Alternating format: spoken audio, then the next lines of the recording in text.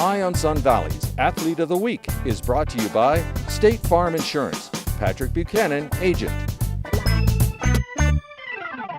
Sun Valley Associates is the key to your home, a tradition of excellence since 1962. Put our team to work for you. 208-622-4100. svassociates.com.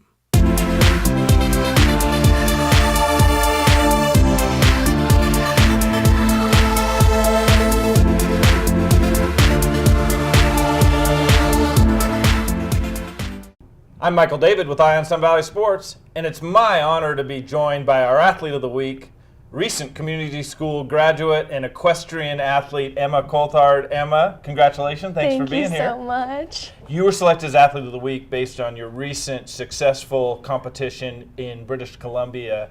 Tell us about that event and how you fared. It was a great show. We were up right near Vancouver in British Columbia. There was a ton of competitors, and I ended up doing pretty well. Yeah, first week I competed in the meter 10 jumper class and won champion, and then the next week I was in the meter 15 and got second place, reserve champion. So Reserve champion? Reserve champion. Well, yep. Congratulations. That's Thank great. you. I would imagine the level of competition is pretty high at an event like that. Yeah, there was a ton of horses.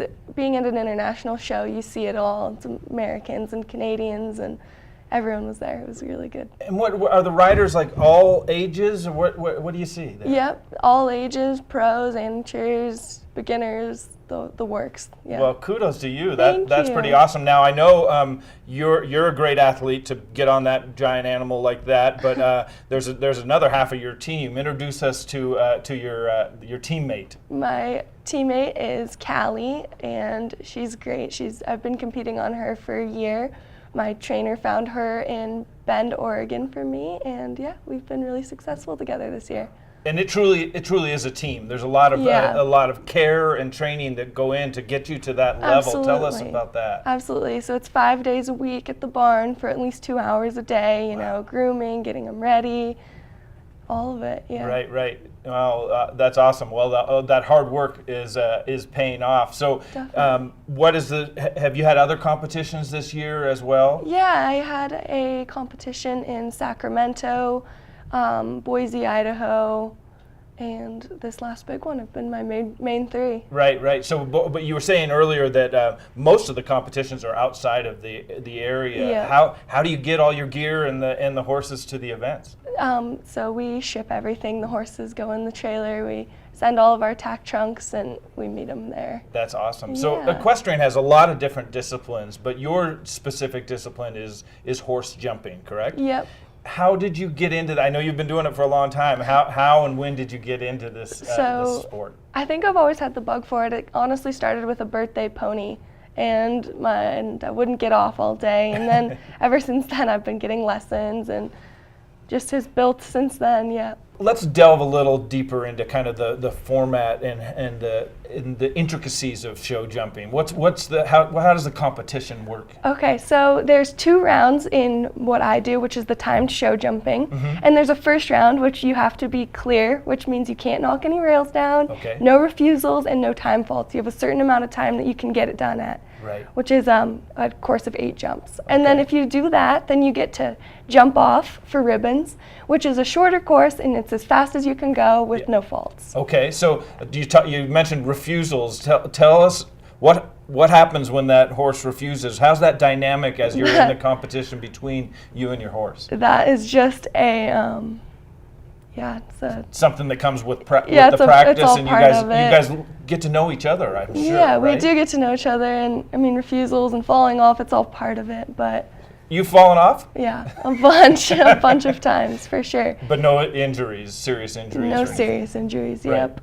Yeah. So but that refusals, that's part of the deal, and that happens. It right? is, yeah, it's part of the deal.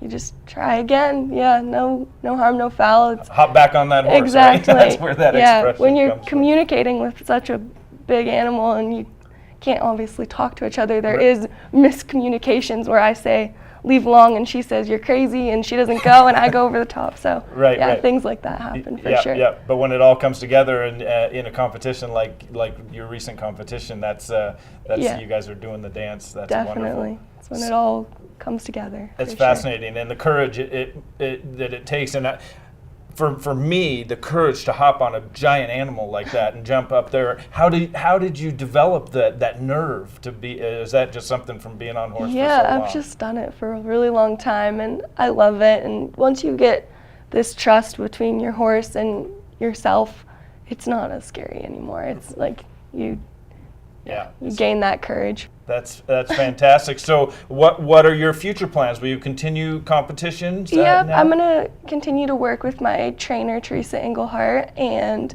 I'm going into college right now, so I'm going to wind down for the year, but then next summer I'll kick it back up. That's great. So appropriately, you're off to be a Mustang at SMU. Yes, congratulations on that. Thank you. But then again, in the summer, next summer, you'll ramp it back up. Yep, that's the plan. That's awesome. Yeah.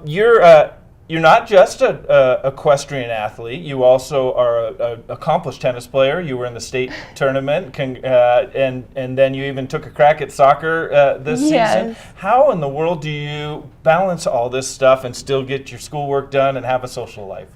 I don't know. It's a lot, but I love it. I love being busy. I love staying busy. The more going on, the merrier for me. Right.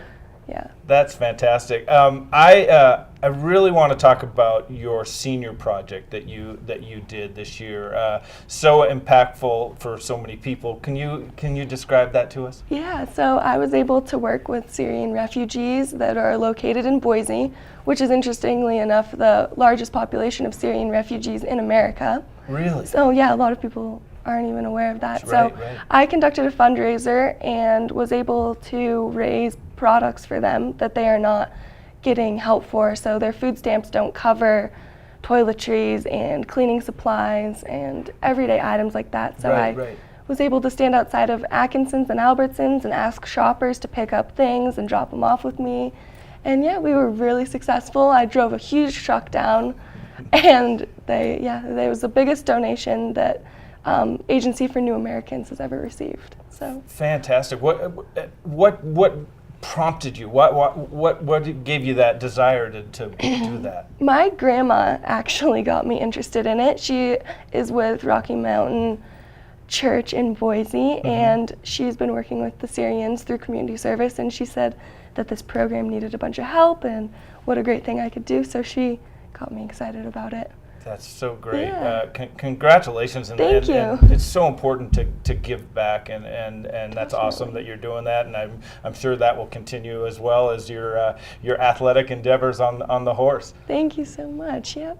Thanks for being with us. Thank you so much, Michael. My guest has been Emma Coulthard, community school graduate, soon to be SMU Mustang, and an equestrian athlete. I want to thank our sponsors that make Athlete of the Week possible.